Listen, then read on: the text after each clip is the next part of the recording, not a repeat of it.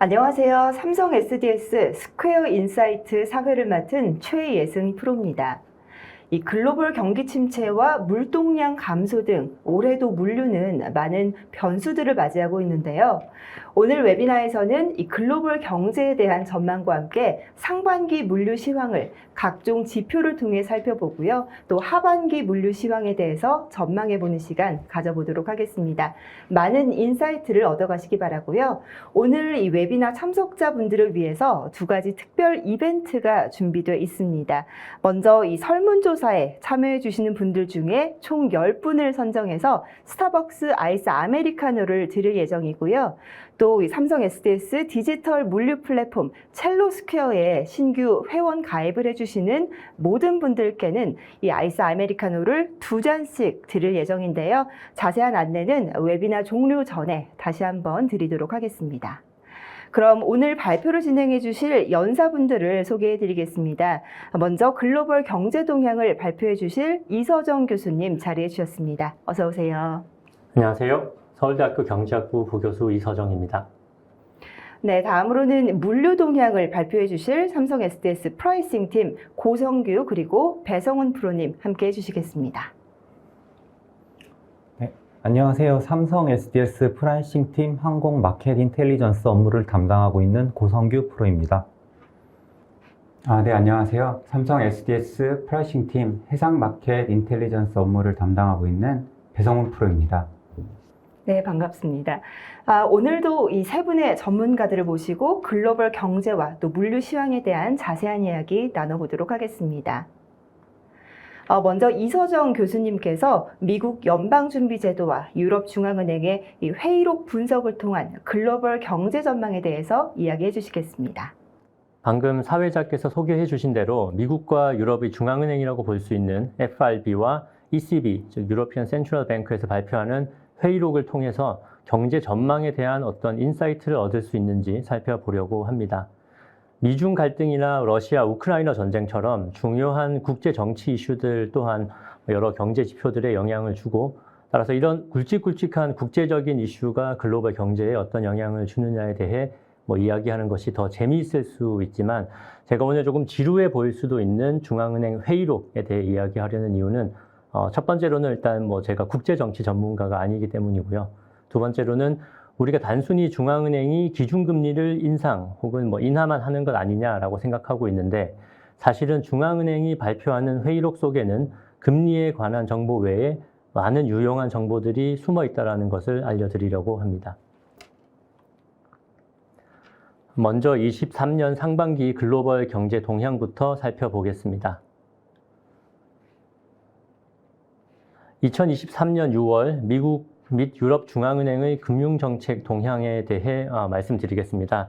우선 미국의 경우 6월 14일 발표된 FOMC 회의록에서 정책 금리를 기존 5에서 5.25% 수준에서 동결하기로 결정하였으며 유럽 중앙은행의 경우에 6월 성명서에서 은행이 ECB로부터 자금을 빌릴 때의 대출금리인 레피금리와 한계대출금리 그리고 이제 은행이 가게나 기업에 대출하지 않고 자기가 가지고 있는 자금을 ECB에 예금할 때의 예금 금리 등 이 세 개의 기준 금리를 모두 3.25%에서 3.5%로 25 베이시스 포인트, 0.25%를 의미하는데요. 25 베이시스 포인트 인상하기로 결정하였습니다. 그래서 FRB는 금리 동결을, 그다음에 ECB는 금리 인상을 택했다는 점에서 미국과 유럽이 서로 다른 금융정책을 택한 것이 아니냐라고 생각하실 수 있습니다. 하지만 발표된 결정문과 회의록을 들여다보면 FRB와 ECB 모두 현재 지속되고 있는 인플레이션 수준에 대해 상당히 우려하고 있으며 금리를 섣불리 인하하기보다는 경제 상황의 불확실성을 고려하여 최대한 신중한 정책을 펴고자 하는 것을 알 수 있습니다.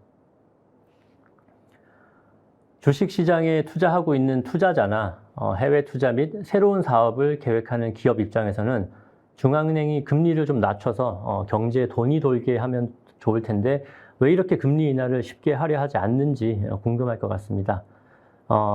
주된 이유를 한마디로 설명하자면 높은 수준의 인플레이션, 즉 높은 물가 상승률은 경제에 매우 안 좋은 영향을 미치게 되고 한번 높아진 인플레이션은 쉽게 낮추기가 어렵습니다. 따라서 중앙은행은 금리를 섣불리 낮췄다가 인플레이션이 다시 상승하게 되고 금리 인상을 추가적으로 해야 되는 상황을 최대한 피하려고 하는 것인데요. 이것은 마치 우리 몸에 열이 날 때 해열제를 쓰는 상황과 비슷하다고 할 수 있습니다. 고열이 지속되게 되면 건강에 심각한 영향을 줄 수 있기 때문에 적절하게 해열제를 사용해서 열을 낮춰야 하지만 또 해열제를 쓰는 타이밍을 놓치거나 혹은 너무 남용하게 되면 이 또한 건강을 해치는 결과를 가져오기 때문입니다. 중앙은행이 기준금리 인상을 통해 달성하고자 하는 목적은 다음과 같습니다. 우선 기준금리를 인상하면 시중은행의 대출 이자율과 예금 이자율을 간접적으로 인상할 수 있고, 이는 기업의 자금 조달 비용을 증가시켜서 결과적으로 투자를 위축시키게 됩니다.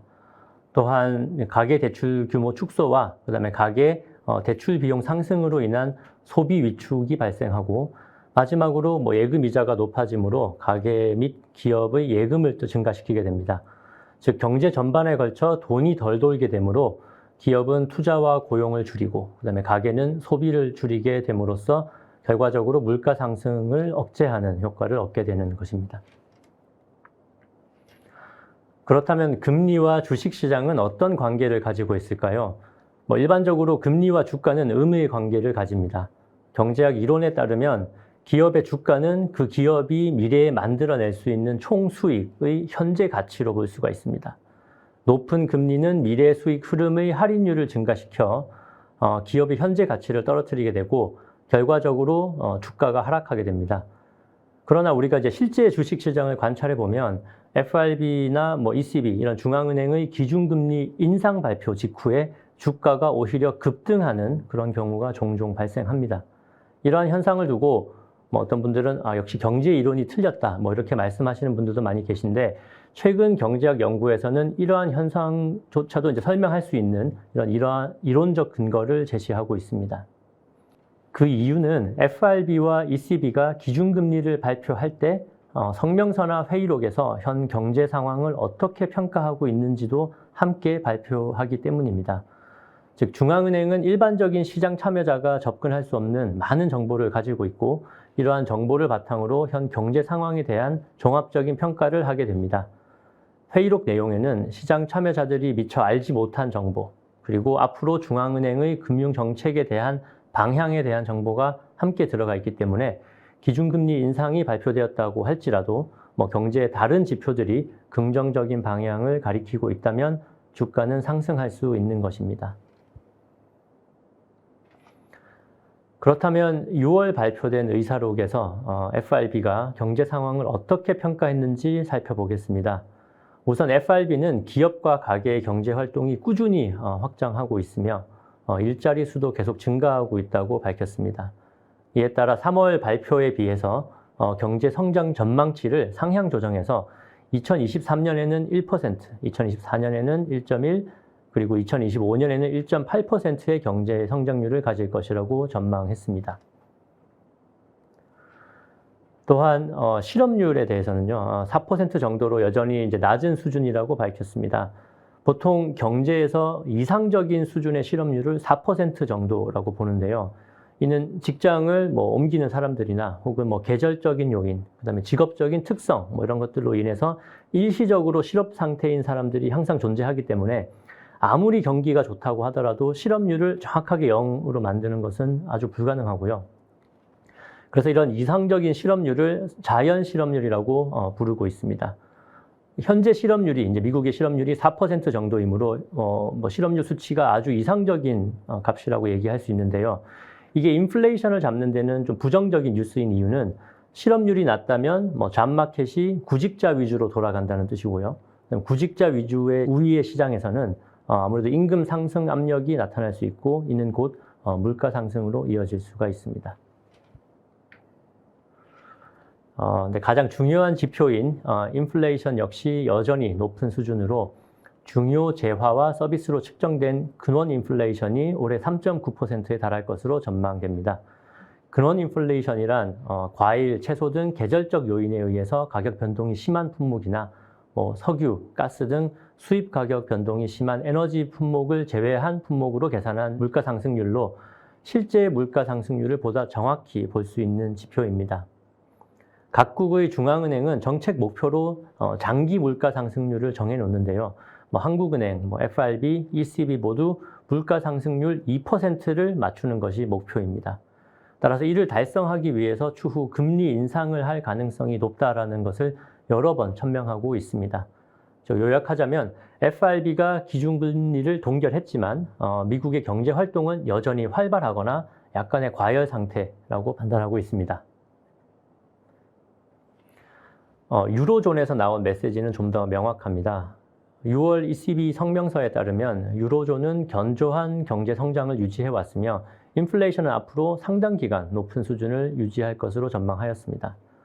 올해 유로존의 근원 인플레이션 전망치는 5.1%인데 이는 ECB의 목표 인플레이션인 2%보다 훨씬 높은 수치이며 라가르드 ECB 총재는 2% 목표 달성을 위해서 추가적인 금리 인상 가능성을 언급했습니다.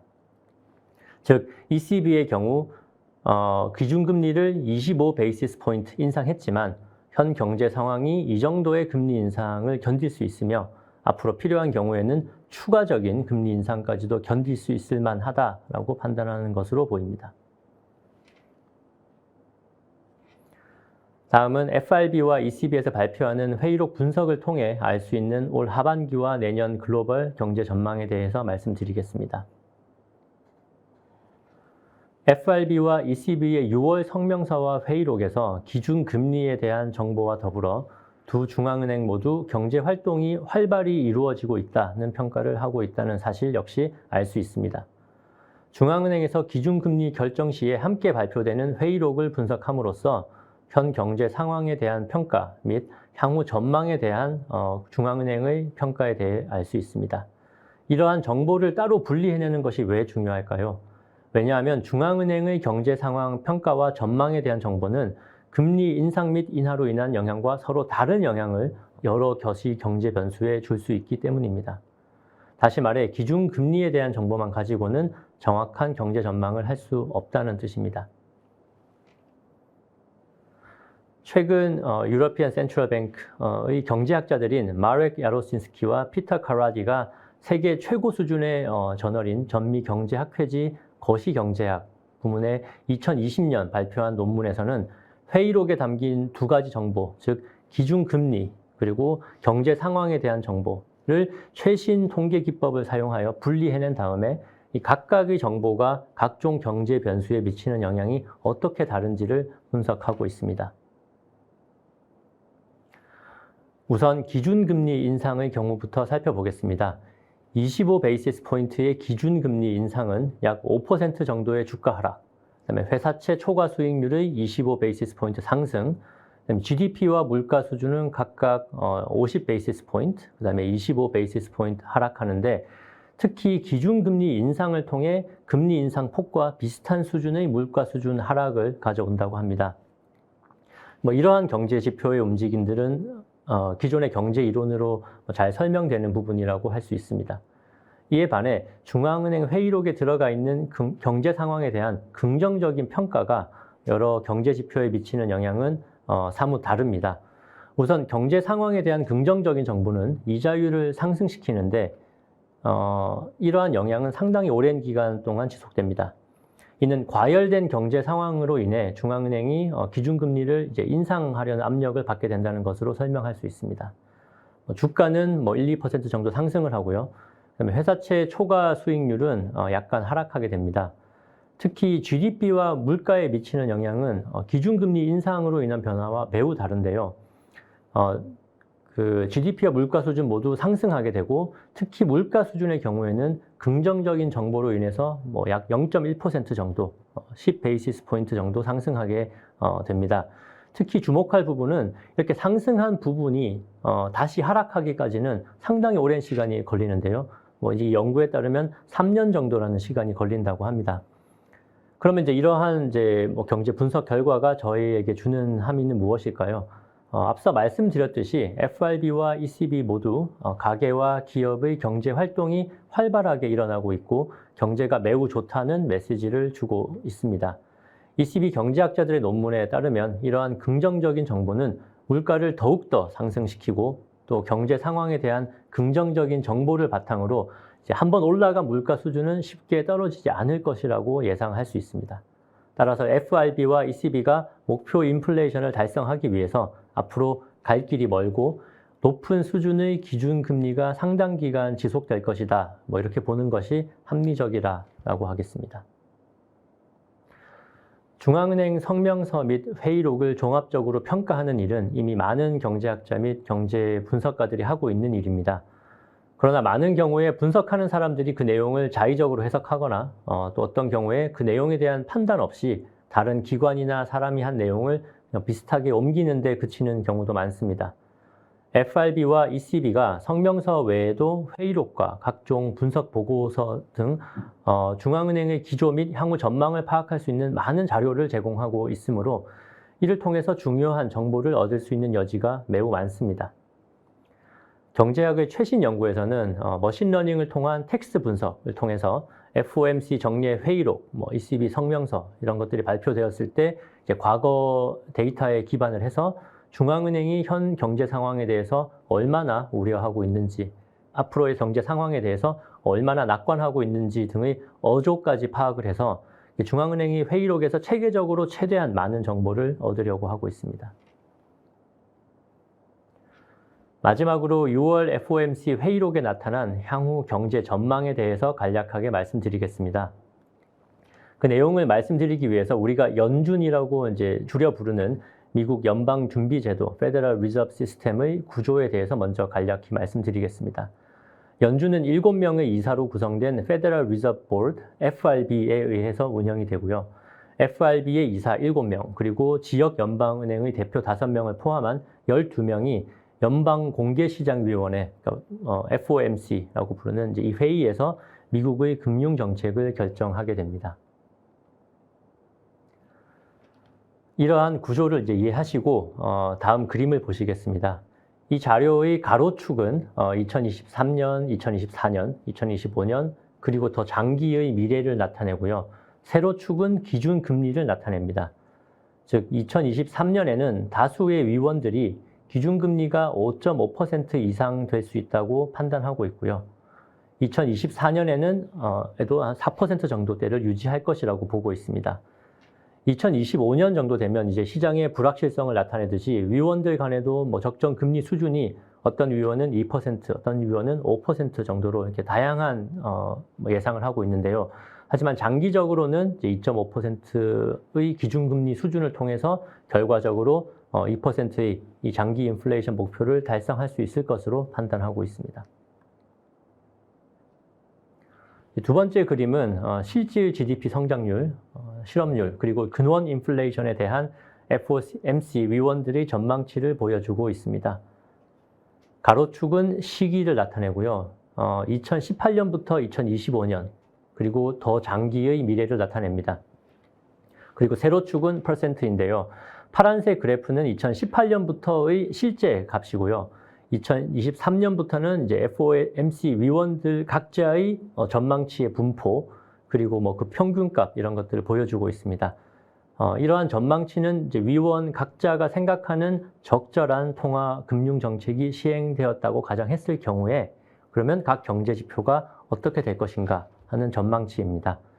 경제 성장률은 이제 꾸준히 상승해서 2025년에는 약 2% 내외가 될 것으로 전망됩니다. 실업률의 경우에는 더 이상 낮아지지 않고 한 4%에서 5% 수준을 유지할 것으로 전망이 되고요. 근원 인플레이션의 경우에는 FRB가 기준 금리 예상치를 이제 잘 따라갈 경우에는 2025년경에 이제 그 목표치인 2%를 달성할 수 있을 것으로 전망됩니다. 오늘 웨비나에서는 중앙은행이 기준금리 결정과 함께 발표하는 경제 상황에 대한 평가를 어떻게 해석하고 또 이를 이용해서 경제 전망을 할 수 있는가에 대해 간략하게 살펴보았습니다. 모쪼록 오늘 내용이 미 연준과 유럽중앙은행의 결정과 그리고 향후 행보를 예상하는 데 도움이 되기를 바라겠습니다. 감사합니다. 네, 지금까지 서울대학교 이서정 교수님의 발표였습니다. 교수님 오늘 말씀 감사합니다.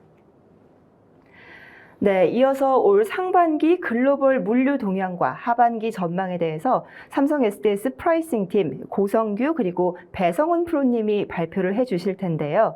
이 발표는 상반기 물류 시황에 대한 회고와 함께 주요 이슈와 동향 그리고 데이터에 기반한 하반기 물류 시황 전망 순서로 진행이 됩니다. 먼저 올 상반기 이 해상 및 항공 물류 시황에 대한 회고인데요. 먼저 해상과 관련된 데이터들을 한번 살펴보도록 하겠습니다. SCFI 지수인데요. 지금 이 화면을 보니까 지속적으로 하락 추세가 이어지고 있는 것으로 보입니다. 혹시 프로님, 이러한 하락 추세가 이 운임 하락을 기대해 볼 수가 있는 건가요? 네. 먼저 글로벌 해상 운임 지표인 SCFI에 대해 설명드리겠습니다. SCFI는 상해 수출 컨테이너 운송 시장의 스팟 운임을 반영한 지수로 통상 1000선을 손익분기점으로 봅니다. 근데 이제 팬데믹 전후를 살펴보면 SCFI 종합지수값은 21에서 22년도 상반기까지 상승 기록 이후에 지금은 완연한 하락 추세를 기록하고 있습니다. 역사적 고점이었던 22년 1월 평균값 대비해서 23년 6월 현재 평균값은 약 이제 마이너스 81% 수준입니다. 다만 종합지수 평균값을 비교를 해보면 2019년에는 811, 2020년에는 1265, 2021년에는 3792, 22년 3410에서 23년 상반기 평균 976으로 팬데믹 이전의 19년도보다는 소폭 높은 수준에 있음을 확인할 수 있습니다. 하지만 이 역시도 아주 조금 높은 수준으로 종합지수가 세 자리 수준에서는 벗어나지 못하고 있는 상황입니다. 가장 최근에 운임 동향을 조금 세부적으로 살펴보겠습니다. 해운 선사들은 해상 운임 추가 하락 방어를 위해서 일괄 운임 인상, GRI를 단행했으나 수요 공급의 펀더멘털 불균형 영향으로 효과는 미미했던 것으로 보입니다. 또 가뭄으로 파나마 운하청의 수심 제한에 선사들이 할증료도 부과했는데요. 다만 수요가 뒷받침되지 못하면서 운임은 결국 약세로 마감하였습니다. 또 더불어 22년 상반기부터 이슈가 됐었던 미 서한의 ILW, PMA의 협상 타결이 올해 6월 이루어졌으나 협상 기간 동안에 미 서한에서 동안으로 이탈했던 물량 회복이 우리의 기대만큼 회복되지 않을 경우 오히려 북미 서한의 실질적 캐파 증가 요인으로 향후 운임 약세의 요인이 될 수 있을 것으로 보입니다. 종합하자면 23년 상반기 컨테이너 해상 운임은 팬데믹 이전으로의 운임 정상화로 요약되어집니다. 네, 그렇군요. 이번에는 해상 수요와 또 공급 동향에 대해서 한번 알아보겠습니다. 먼저 글로벌 컨테이너 물동량을 통한 해상 수요입니다. 네, 운임에 이어서 수요 측면에서 글로벌 컨테이너 해상 물동량은 어떻게 움직였는지 살펴보겠습니다. 먼저 화살표를 기준으로 보면 대륙별 물동량 흐름이 한눈에 저희가 파악 가능한데요. 괄호 안의 숫자 비율은 22년도 대비해서 23년도 물동량의 증감을 나타낸 그림입니다. 네, 눈에 띄는 부분은 동서 항로 중 아시아, 유럽향 항로 물동량이 23년도 1660만 TU로 전년 대비해서 7.9%나 증가한다는 점입니다. 이렇게 유럽향 컨테이너 수요 회복은 매우 긍정적인 점으로 보입니다만 아시아에서 북미 항로 그리고 유럽에서 북미 항로의 물동량은 22년도 대비해서 무려 마이너스 7.0%, 마이너스 6.4%씩 각각 감소할 것으로 보이는데요. 이는 미국발 급격한 금리 인상 이후에 북미 수요 침체가 반영된 것으로 판단됩니다. 그럼에도 불구하고 인트라아시아 물동량이 6,380만 TU로 전년 대비해서 1.2% 증가하며 컨테이너 전반의 물동량 증가를 견인할 것으로 전망합니다. 이번 장에서는 컨테이너 쪽 공급 부분을 살펴보겠습니다.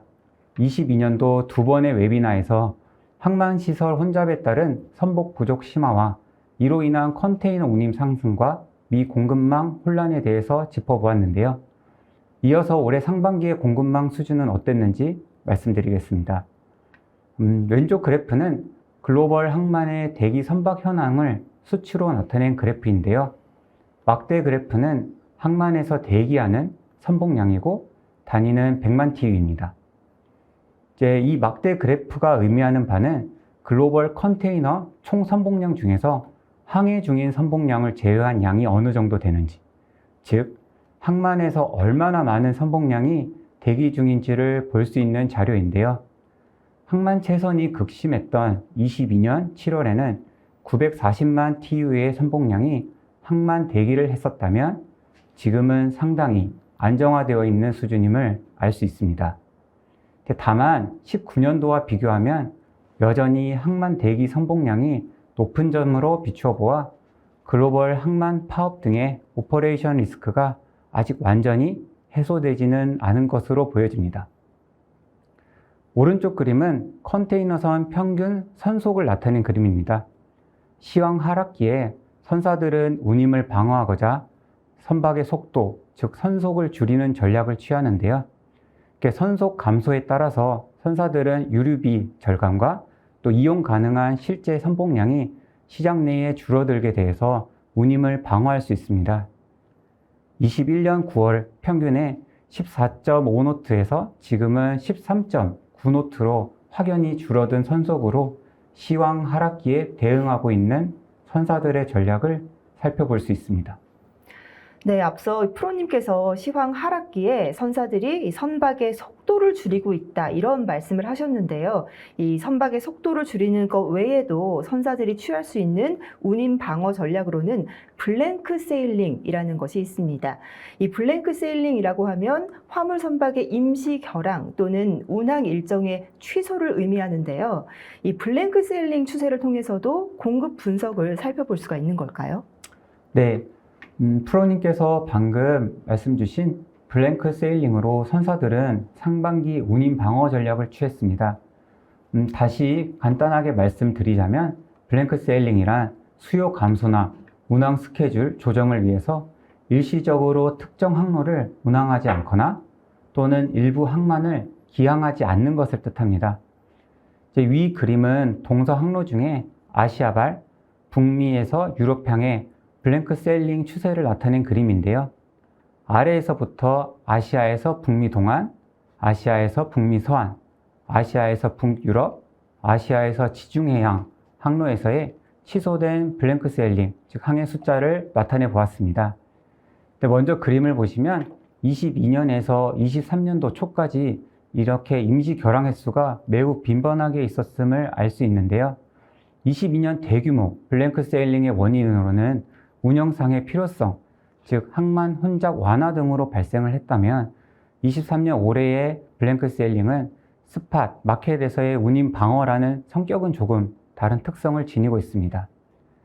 수치를 조금 구체적으로 살펴보면 운임 상승기였던 21년 1분기에 39회에 불과했던 블랭크 세일링은 21년 하반기에 51회, 22년 상반기 96회, 26년 하반기에는 106회로 증가된 점을 살펴볼 수 있는데요.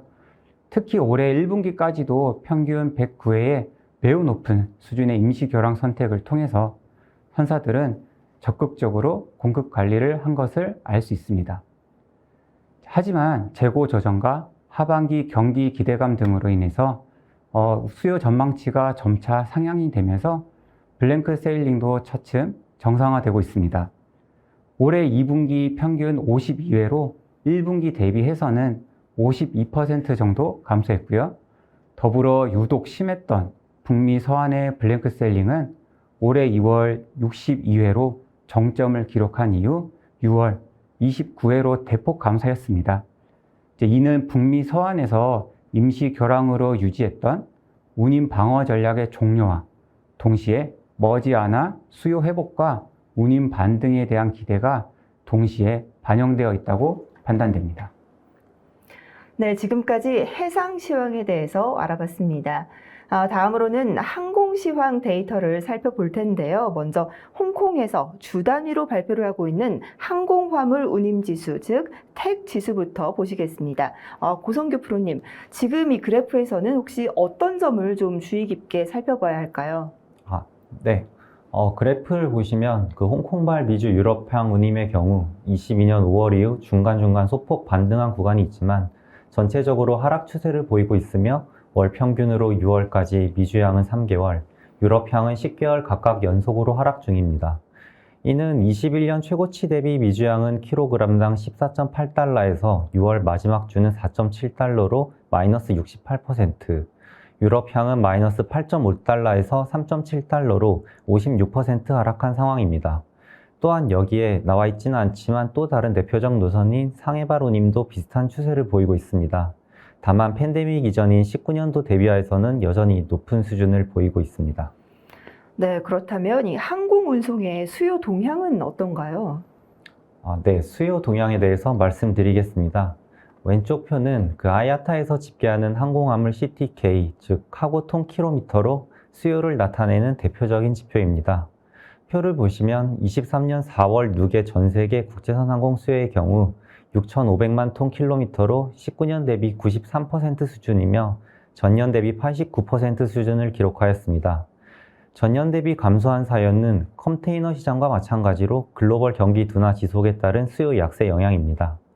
다음으로 오른쪽 표를 통해 시버리에서 집계하는 아시아 주요국 화물 수요에 대해서 살펴보도록 하겠습니다. 우선 아시아 항공화물 시장 또한 글로벌 경기 둔화로 약세를 보였는데 특히 제조업 공장이 많은 아시아 시장은 영향을 많이 받아 전 세계 시장 대비하여서는 큰 폭인 마이너스 17% 하락하였습니다. 주요 국가별로 보시면 중국이 마이너스 13%, 한국이 마이너스 21%, 홍콩이 마이너스 20%, 베트남 마이너스 27% 각각 전년 대비 크게 하락하였습니다. 네, 그럼 이어서 이 항공운송의 공급에 대해서도 설명을 좀 부탁드릴게요. 네, 공급에 대해서 설명드리겠습니다. 공급 또한 아이아타 자료를 기반으로 하여 살펴보겠는데 우선 왼쪽 표는 전 세계 국제선 화물 공급 ACTK, Available Cargo Ton Kilometer의 19년에서 23년까지의 1월에서 4월 누계 그래프입니다. 그래프를 보시면 공급의 경우 수요와 달리 팬데믹이 발생한 20년 최저를 기록한 이후 연도별로 지속적으로 상승하여 20년에 19년 대비 82% 수준까지 떨어졌던 공급은 23년 현재 95% 수준까지 도달한 상황입니다. 오른쪽 표를 통해서 기종별 화물 공급 현황에 대해 설명드리겠습니다. 우선 가장 주의 깊게 살펴볼 점은 23년 1분기 기준으로 20년 30%까지 떨어졌던 여객기 벨리 공급이 49%까지 회복했다는 점입니다. 다음으로 봐야 할 것은 20년부터 전체적인 화물 공급은 감소했지만 화물기 공급은 비중뿐만 아니라 절대적 수치 또한 19년 대비 높다는 점입니다.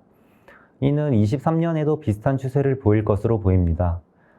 그리고 마지막으로 볼만한 것은 21년 13%까지 비중을 담당했던 여객기를 개조하여 화물을 운송한 화물 전용 여객기가 23년에는 시장에서 대부분 사라졌다는 점입니다.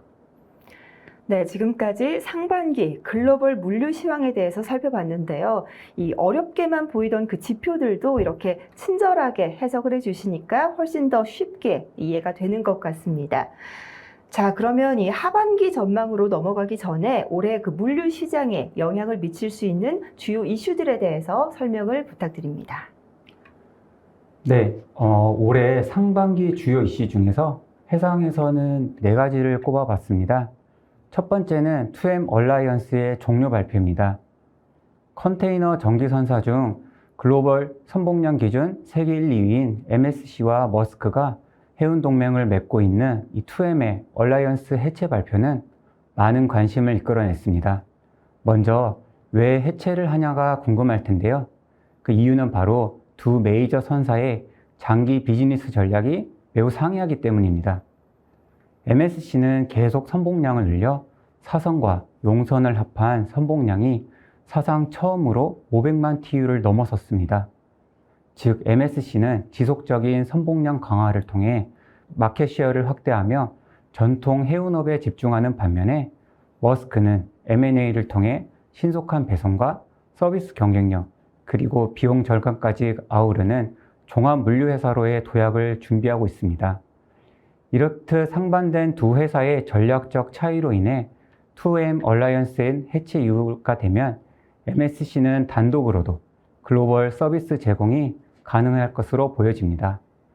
다만 머스크는 다른 얼라이언스와의 제휴 또는 새로운 얼라이언스 설립을 통해야만 현재 네트워크 서비스를 유지할 것으로 보입니다.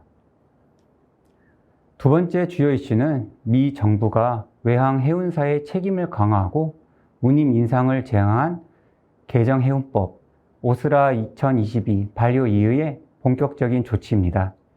작년 23년 만에 바이든 대통령의 서명과 함께 오스라 2022가 발효되었는데요.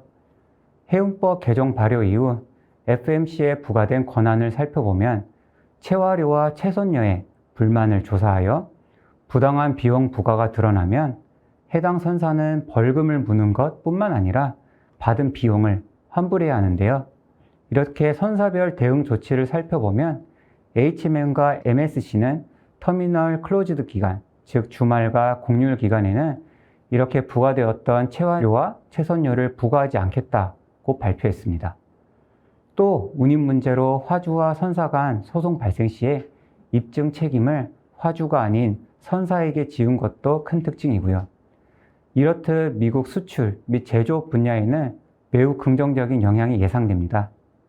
다만 부당한 선적 제한 조치 금지 영향으로 북미에서 아시아향으로 돌아오는 백홀 향 항로의 경우에는 선사들은 수익성 보전을 위해 다소간 운임을 상승시킬 가능성도 있어 보입니다.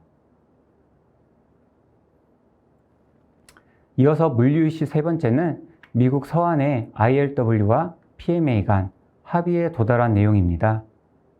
북미 서부 항만의 노사 간 계약은 작년 22년 7월 1일에 계약이 만료되었으나 항만 부분의 자동화 이슈, 임금 인상 등 다양한 문제로 인해서 교섭이 장기화되며 합의가 무려 1년여간 지연되었습니다. 그 사이에 시애틀 항에서 사용자와 노동자 측의 관할권 논쟁, 파업 등으로 인해 미 서한의 오퍼레이션 문제가 계속 지적되었고요. 화주들은 기존 미 서한으로 가던 화물을 미 동안으로 대체하였습니다. 지금 분쟁이 다소 일단락된 상황에서 노사 합의 이후에 일부 화물은 다시 기존의 미 서한으로 돌아갈 것으로 보입니다. 다만 팬데믹을 거치며 지적됐었던 공급망 이슈로 인해서 다변화 차원에서도 미 동안의 선호 추세는 조금 지속될 것으로 보입니다. 우려스러운 점은 미 서한의 화물 회귀가 늦어지는 상황에서 현재의 공급 수준이 계속 유지되면 수요 공급의 불균형이 지속적으로 이어져 시황 회복이 조금은 더디어질 것으로 판단됩니다. 마지막으로는 시황 하락기, 적극적으로 선봉량 관리를 통한 운임 방어가 상반기 마지막 이슈 및 동향으로 손꼽을 수 있습니다. 선사들은 블랭크셀링, 저속 운항을 단행을 하여 공급 관리를 하고 있음을 앞선 장표에서 말씀을 드렸고요. 실제로 운항을 하지 않고 장기간 선박을 묶어둔 상태를 아이들링 선박으로 분류할 수 있는데요. 올해 5월 기준으로 무려 전체 선봉량의 3.4%가 이렇게 아이들링 유효선대로 분류되고 있습니다. 또 폐선은 다소 속도가 완만하나 올해 하반기와 그리고 내년에는 공격적으로 폐선량이 늘어나면서 공급 부담에도 다소 완화가 될 것으로 보여집니다. 이러한 선사들의 다양한 전략 속에서 화주들은 리드 타임이 길어지는 것에 대한 대비도 반드시 체크해 봐야 할 것입니다. 네, 다음은 항공화물 시장의 주요 이슈입니다. 첫 번째는 선사들이 팬데믹 기간 시황 급등에 따른 이익을 활용하여 항공화물 시장에 21년부터 진입하였는데 올해에도 지속 확장을 하고 있다는 내용을 정리해 보았습니다. 우선 작년 7월 아시아 북미 운항을 시작한 머스크에어 카고는 사업 시작과 함께 주문했던 화물기 6대 중 5대가 최근 도입이 완료되면서 중국과 미국, 유럽을 연결하는 노선, 그리고 한국과 미국 노선을 강화하였습니다. 다음으로 작년 12월 첫 운항을 시작한 MSC 에어 카고의 경우 현재 화물기 한 대로 타 선사들에 비해서는 적은 규모로 운영하고 있었지만 최근 화물기 4대를 보유하고 있는 이탈리아 항공사인 알리스 카고의 합병을 추진하며 항공사업을 확장하려는 모습을 보여주고 있습니다. 마지막으로 새 선사들 중 가장 빠른 21년 6월에 첫 운항을 시작한 CMA CGM 에어 카고의 경우 22년 5월 에어 프랑스 KLM의 지분 9% 취득과 연계하여 최근 화물 운송에 관한 장기적 전략 제휴 또한 시행하였습니다. 세부 내용은 크게 두 가지인데 CMA CGM 화물기 6대와 에어프랑스 KLMN 6대, 총 12대 화물기에 대한 공동 운항 및 스페이스를 판매한다는 것과 에어프랑스 KLM 여객기 벨리에 대한 공급을 제휴한다는 것입니다. 다음으로 두 번째 이슈는 항공화물의 벨리 공급과 연관이 있는 전 세계 국제선 여객 회복 현황입니다. OAG 자료에 따르면 23년 6월 전 세계 국제선 여객 좌석은 팬데믹 이전인 19년 6월 대비하여 90.4% 수준이며 미국의 경우는 98.4%로 팬데믹 이전 수준에 거의 도달했습니다. 그러나 동남아시아 지역은 77.2%, 중국은 45.2% 수준으로 아시아 지역의 경우 다른 지역에 비해 회복이 늦은 편으로 보여집니다. 전 세계 국제선 여객 좌석의 전망의 경우는 8월까지 지속 상승하여 팬데믹 이전 93% 수준까지는 회복할 것으로 OAG는 보고 있습니다. 네, 지금까지 물류에 영향을 미칠 수 있는 주요 이슈들에 대해서 살펴봤습니다. 다음은 오늘 웨비나에 참석을 해주신 분들이 아마도 가장 궁금해하실 그런 내용인 것 같은데요. 바로 하반기 물류 시황 전망입니다. 올해 하반기 해상 물류 수요 전망을 먼저 살펴보겠습니다. 다소 긍정적인 부분은 클락슨에서 발표하는 올해 물동량 전망치가 1월에만 해도 22년 대비해서 마이너스 1.6%로 하락을 하는 추세였는데요. 점차 갭을 줄여나가 최근 6월 발표한 자료에서 드디어 전년 대비해서 플러스 0.3%로 상승 전환한 점입니다. 아무래도 전반적인 세계 경제 회복과 소매 재고 정상화로 인한 하반기 수요 회복이 기대되고 있는 사항을 반영한 것으로 보이고요. 블룸버그와 전미 소매 협회인 NRF에서도 하반기 정상적인 성수기를 맞이하여 상반기 대비로는 수요 회복을 전망한다는 내용도 같이 전달드립니다. 그럼 해상 공급 부문에서는 기록적인 신조 인도량으로 인한 시황 압박은 계속 이어갈 것으로 보여집니다. 22년도 신조선 인도가 약 100만 TU가 이루어졌는데요. 올해는 2배에 가까운 200만 TU가 예상되어 있습니다. 반면에 폐선량도 22년도 대비해서 증가는 하나 아직은 조금 미미한 수준입니다. 공급 증가율은 올해 전년 대비해서 6.8%로 증가하며 시황 상승에는 이러한 공급 요인으로 인해 제한이 될 것으로 보입니다. 더불어 대형선 위주의 선대 증가도 공급 측면에서 볼 수 있는 특이점인데요. 7,600 TU 이상의 대형 선박은 23년도에 9.6% 정도 증가하고 3,900에서 7,600 TU급의 중형선과 소형 피더선은 올해 플러스 1.3%, 플러스 3.2%로 각각 소폭 증가 예상이 됩니다. 이렇게 대형선 위주의 공급은 원형 항로인 미국과 유럽 항로에 배치될 것으로 보여지는데 미국의 수요 감소가 둔화되는 상황 속에서 공급량이 추가로 더 높게 될 것으로 보이고요. 이렇게 기존 원형 항로에 배치되었던 대형선은 기타 항로에 배치되는 캐스케이딩 현상이 지속되면서 전반적인 선봉량 부담 가중은 지속될 것으로 보입니다. 그럼 모두가 궁금해하시는 하반기 해상 운임은 어떻게 될 것인지도 살펴보겠습니다.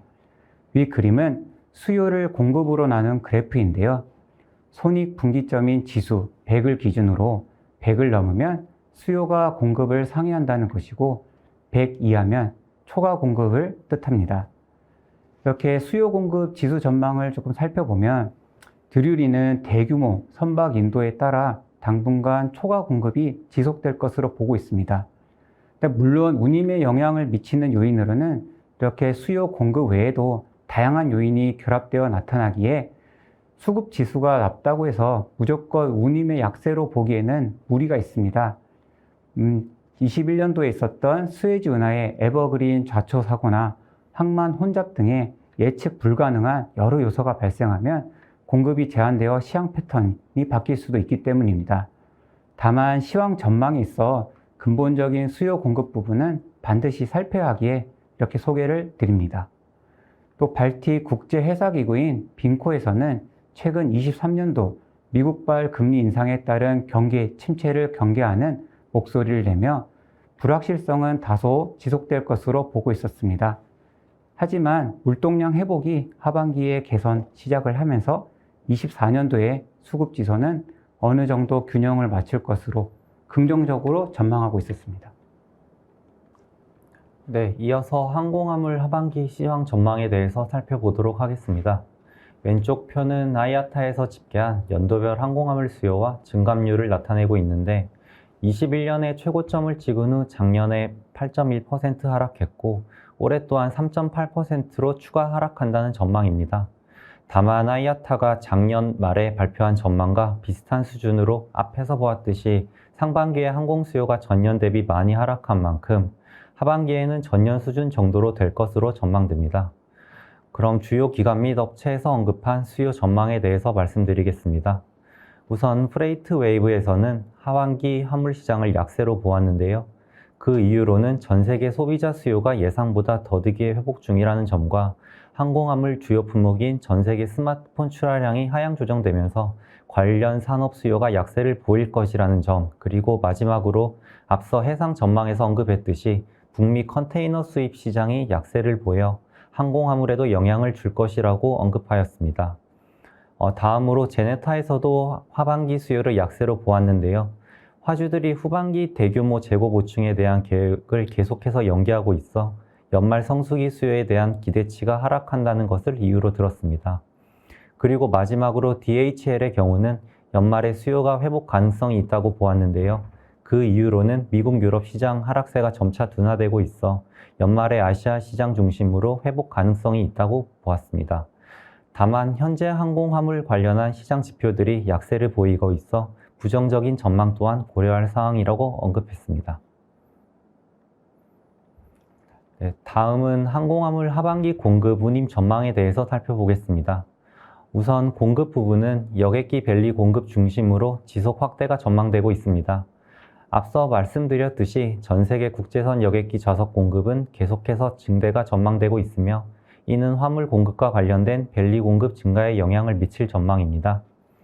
그리고 왼쪽 표는 아이아타에서 발표한 그 항공사 비행기 도입 현황인데요.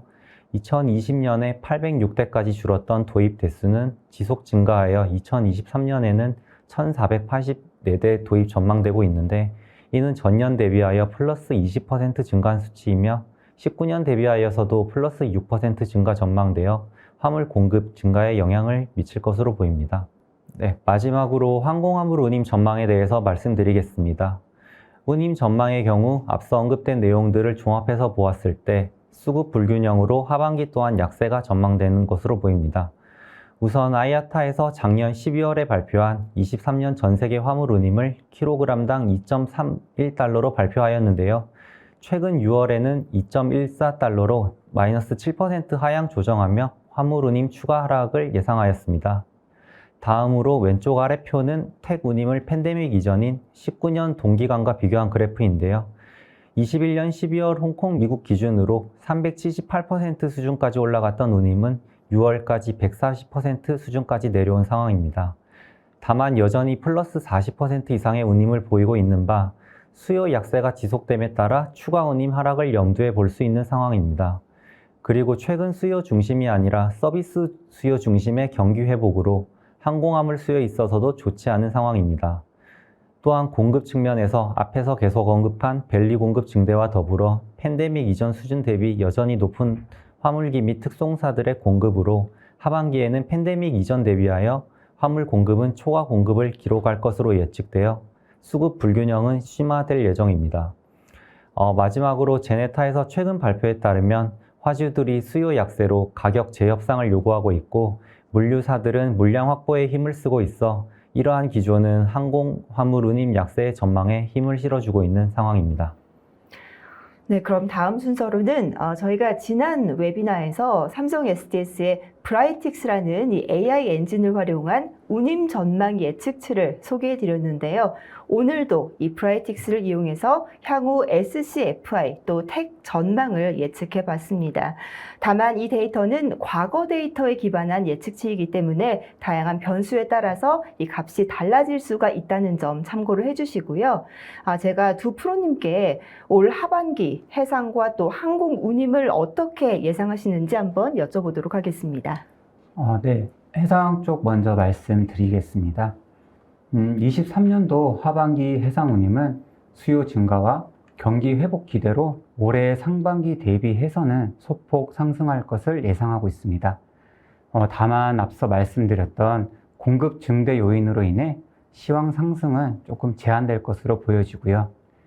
SCFI 종합지수는 7월 점차 회복세가 시작되면서 하반기 1000포인트를 소폭 상회하는 보합세 전망하고 있습니다. 북미 서안의 경우에는 1300에서 1800달러, 북미 동안의 경우에는 2700에서 3000달러, 그리고 북유럽의 경우에는 850달러 이내 수준이 예상됩니다. 참고로 브라이틱스 모델에서 활용하는 해상 부분의 주요 인자로는 SCFI 운임 자체뿐만 아니라 수요와 공급, 그리고 정시성 등을 가지고 로직을 짜서 다양하게 활용하고 있는 점 참고 부탁드립니다. 네, 다음은 그 항공 운임 지수인 택 예측의 경우 택 인덱스, IATA 수요 공급, 주요국 제조 PMI 지수, 그리고 유가 관련하여 항공유 및 WTI 데이터를 인자로 활용하여 예측을 하고 있는데요. 홍콩발 북미항의 경우 3분기 3.8달러에서 3.9, 4분기는 4.0달러에서 4.4달러로 3분기 현재 운임보다 하락한 이후 4분기에 소폭 반등하는 것으로 예측하고 있습니다. 홍콩발 유럽항의 경우 3분기 3.6에서 3.8달러, 4분기는 3.5에서 3.6달러 수준으로 예측되어 반등 없이 현재 운임과 비슷한 수준으로 예측하고 있습니다. 네, 지금까지 저희가 준비한 이 경제 및 물류 시황과 전망 그리고 몇 가지 제한 사항을 말씀드렸습니다. 이 웨비나 진행 중에 실시간으로 질문을 주신 분들은 저희 담당자들이 최대한 답변을 드리고 있는데요. 그 일부 답변을 드리지 못한 내용은 추후에 배포되는 웨비나 자료에 포함이 될 예정이고요. 이 해당 자료는 이메일을 통해서 받아보실 수가 있겠습니다. 그리고 제가 웨비나 시작 전에 말씀드렸던 두 가지 이벤트에 대해서 다시 한번 안내를 드리겠습니다. 첫 번째는 설문조사 참여인데요. 지금 이 웨비나에 대한 설문조사가 진행되고 있습니다. 설문에 참여해 주시는 분들 중에 10분을 추첨해서 스타벅스 아이스 아메리카노를 드립니다. 많은 참여를 부탁드리고요. 다음은 저희 삼성 SDS 디지털 물류 플랫폼 첼로스퀘어 신규 회원가입 이벤트입니다. 지금 이 화면에 QR코드를 이용해서 회원가입을 진행해 주시면 모든 분들께 스타벅스 아이스 아메리카노 2잔씩을 드립니다. 다만 이 가입하실 때는 사업자 등록번호가 반드시 필요하다는 점 안내를 드리고요. 그리고 유입 경로에는 인사이트라고 입력을 하셔야 된다는 점 참고해 주시기 바랍니다. 네, 오늘 저희가 준비한 웨비나는 여기까지입니다. 다음 시간에는 보다 더 유익한 내용으로 찾아뵙도록 하겠습니다. 함께해 주신 여러분 고맙습니다.